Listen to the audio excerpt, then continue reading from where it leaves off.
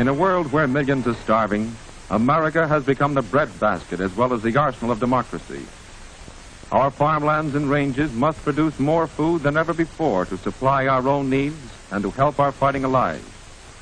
In spite of record-breaking farm production, food requirements are mounting even faster, for American food is being used to defeat the Axis and shorten the war. Americans not in the armed forces will get less of the common foods to which they are accustomed. But by rationing, by sharing what we have, and by using our food supply wisely, our nation at war can still support a healthy, active people. Today, in the great human laboratory of England, the principles of nutrition are being conclusively proven. The subject of this great wartime experiment in food are not white mice or guinea pigs, but human beings fighting for their lives. The average English family has learned the value of food through years of wartime scarcity. Cheese and eggs have been rationed, and the supply of butter is limited to 2 ounces a week. But the English have learned to substitute. Vitamin preparations developed in the laboratory are added to some foods, such as margarine, to enrich the vitamin content. Foods such as the English wheatmeal loaf, dried peas, beans, and cereals have been recognized as nerve conditioners at a time when iron nerves are needed most. Vitamin B foods supply physical energy not only for those in combat duties, but also for English industrial workers who are turning out the weapons of war with the enemy only 20 miles away. Desk workers, also under strain, need energy foods too. Vitamin D foods such as margarine, herring, and sardines are widely used by adults in England. Cod liver oil and milk are distributed in special rations for children only. Imported fruits and vegetables are seldom seen in English markets, but fresh vegetables are grown in victory gardens everywhere.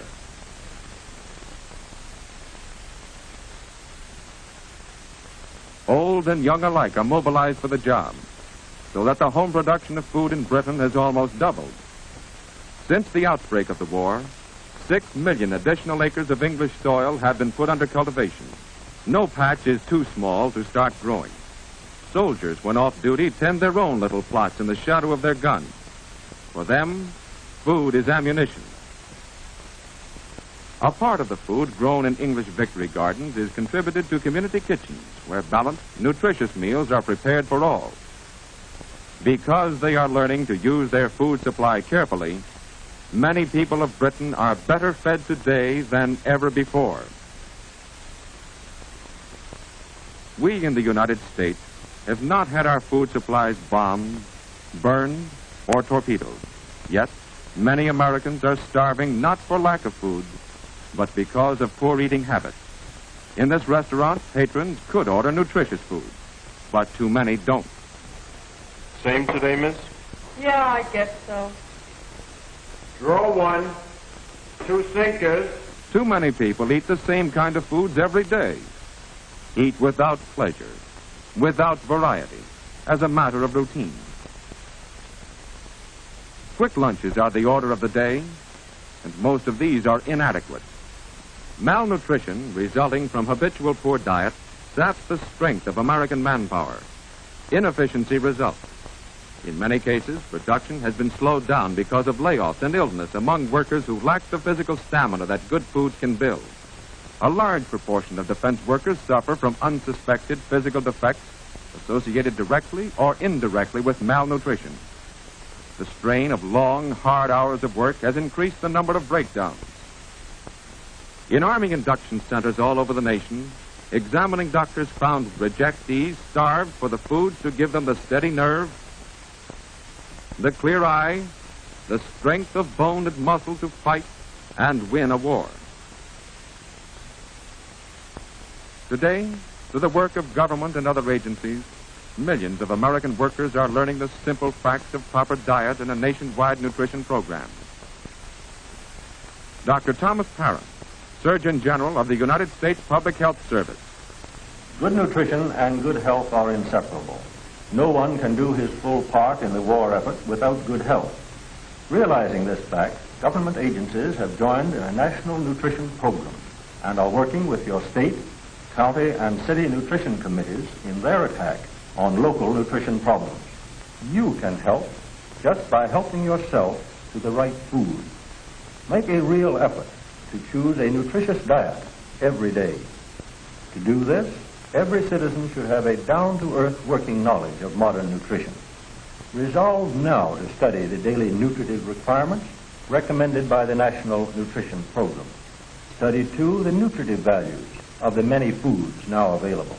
You can be well nourished by planning your daily diet carefully, by using wisely the many nutritious unrationed foods, and by using your full share of ration foods. Every one of us must do this, for today we have no choice. War demands that no one waste food. War demands that we use the good foods available to us to build an armor of health.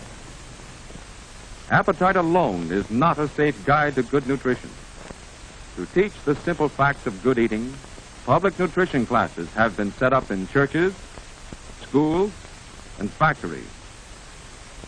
With wise planning, good meals can be had at low cost. American women are learning how to prepare foods with greatest economy, with least waste of vitamin content, and how to substitute the foods we have for the foods we can't get. Above all, experts on food emphasize the importance of balanced diet, in which variety is essential.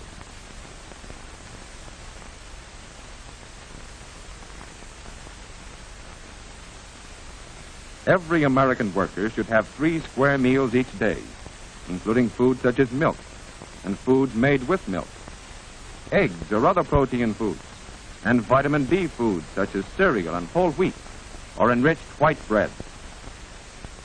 A good breakfast is important, but on the job, the worker's lunch pail must supply the necessary energy for the rest of the working day.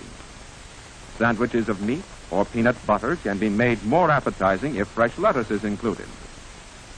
Fresh fruits are valuable additions to the worker's noonday meal.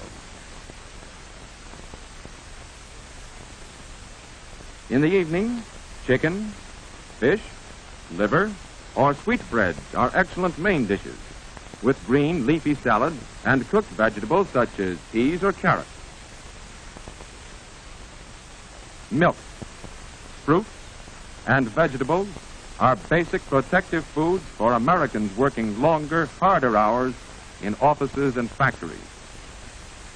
To keep up health and morale, many war plants have set up central food kitchens to prepare appetizing, nutritious meals for the men who build the ships and make the guns.